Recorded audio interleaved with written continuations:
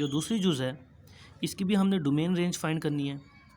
ये फ्रैक्शन वाला क्वेश्चन है, इसकी डोमेन फाइंड करने का ये तरीका था कि जो डिनोमिनेटर वाली वैल्यू है इसके आगे लिखते हैं नॉट इक्वल टू ज़ीरो और फिर हम x को फाइंड करते हैं, 4 उधर जाके प्लस का हो जाएगा। ये डोमेन आ गई, यानी कि हमारा x पूरे रियल नंबर में से कोई भी वैल्यू हो सकती है सिवाय 4 की।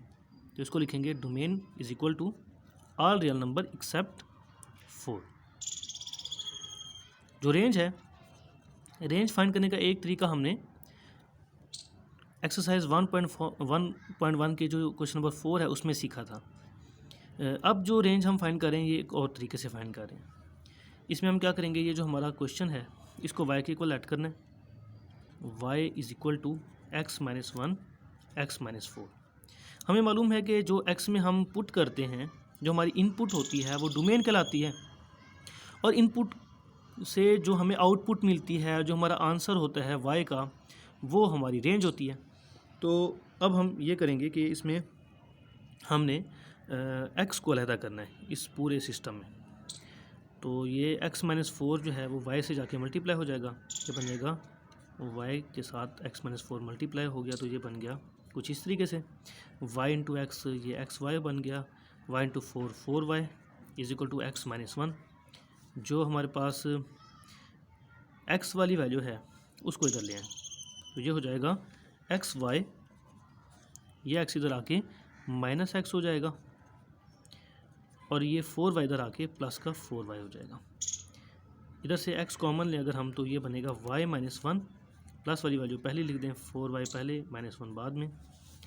तो ये x क्योंकि हमने फाइंड करना है तो ये बन जाएगा 4y minus 1 divided bye y minus 1।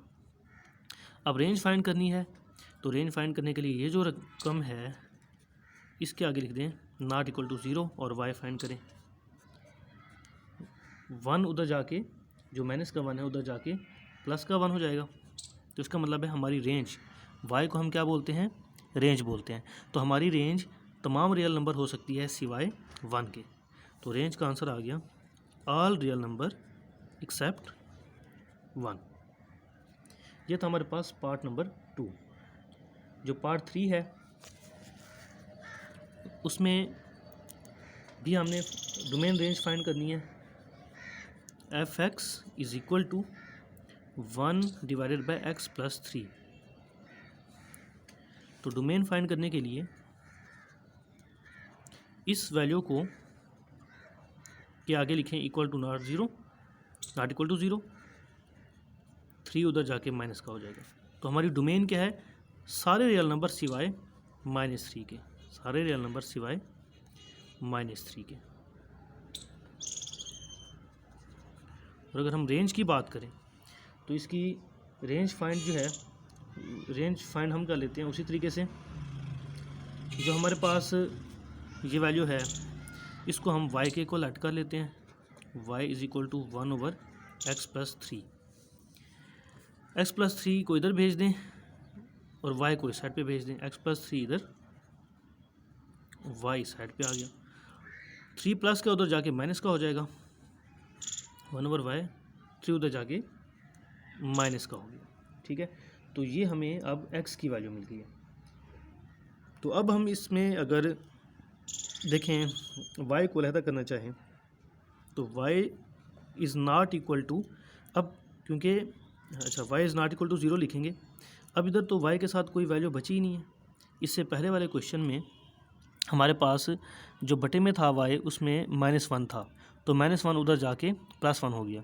लेकिन इस केस में हमारे पास बटे में जस्ट y है। ठीक है, अगर हम इसका एलसीएम भी ले लें, चलो इसका एलसीएम ले लेते हैं, y LCM 1 into 1 1 minus 3 into y 3y। तो एलसीएम लेने के बाद भी देखें y अकेला है, तो जब हम इस y के आगे लिखेंगे नॉट इक्वल टू 0 तो कोई रकम इधर नहीं है जो उस साइड पे जा सके। इसका मतलब है हमारी रेंज यानी कि हमारा y सारे रियल नंबर हो सकते हैं, सिर्फ 0 नहीं हो सकती रेंज हमारी, हमारा आंसर 0 नहीं हो सकता। तो हमारी रेंज क्या बन गई, ऑल रियल नंबर सिवाय किसके, 0 के। ठीक है, तो क्या हम इसको ऐसे लिख सकते हैं ऑल रियल नंबर -0? तो इसको ऐसे नहीं लिख सकते, क्योंकि सेट में से कोई चीज़ माइनस करनी है तो वो सेट की फॉर्म में करनी पड़ेगी। तो इसलिए सेट में से कोई भी चीज़ माइनस करनी है तो हम उसको सेट की फॉर्म में लिखते हैं।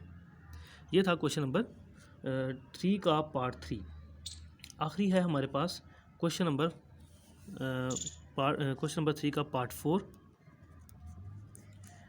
क्वेश्चन है हमारे पास f(x) is equal to x minus 5 whole square. तो जो हमारे पास मतलब ये जो फंक्शन है इसमें ना ऊपर रूट है, रूट होता है तो हमें ये डर होता है कि कहीं हमारी अंदर वाली वैल्यू माइनस की ना बन जाए, जिसकी वजह से हमारा नंबर कॉम्प्लेक्स हो सकता है। इसके ऊपर रूट नहीं है। इसी तरीके से ये जो फंक्शन है ये बटे में नहीं है, तो जो बटे में हो उसका हमें डर होता है कि कहीं नीचे ज़ीरो ना बन जाए। तो इसलिए इसमें हम कुछ भी पुट कर सकते हैं। तो हमारी डोमेन हुई ऑल रियल नंबर -∞ टू +∞, और जो हमारी रेंज है वो बनेगी 0 से +∞। वो इसलिए ये बनेगी रेंज क्योंकि ऊपर है स्क्वायर। हम अगर इधर पुट करें -1, आंसर आएगा -1 और -5 -6, तो उस माइनस को ये स्क्वायर प्लस कर देगा। तो ये जो स्क्वायर है ये इधर हमारे जवाब में माइनस आने ही नहीं देगा। तो हमारे जवाब में क्योंकि माइनस नहीं आएगा, इसलिए हमारा जो जवाब है, जो हमारी रेंज है, वो पॉजिटिव नंबर होंगे। इसलिए हमारी रेंज 0 से +∞। 0 क्योंकि आंसर आ सकता है। अगर मैं इधर 5 पुट करूँ तो 5 - 5 0, तो 0 आ सकता है, इसलिए 0 को हमने शामिल कर लिया। बड़ी ब्रैकेट का मतलब होता है वैल्यू शामिल हो रही है। और इन्फिनिटी जो है ये एक अचीवेबल वैल्यू नहीं है, ये इसलिए शामिल नहीं करनी होती, इसलिए इसके गिर्द छोटी ब्रैकेट लगाई जाती है।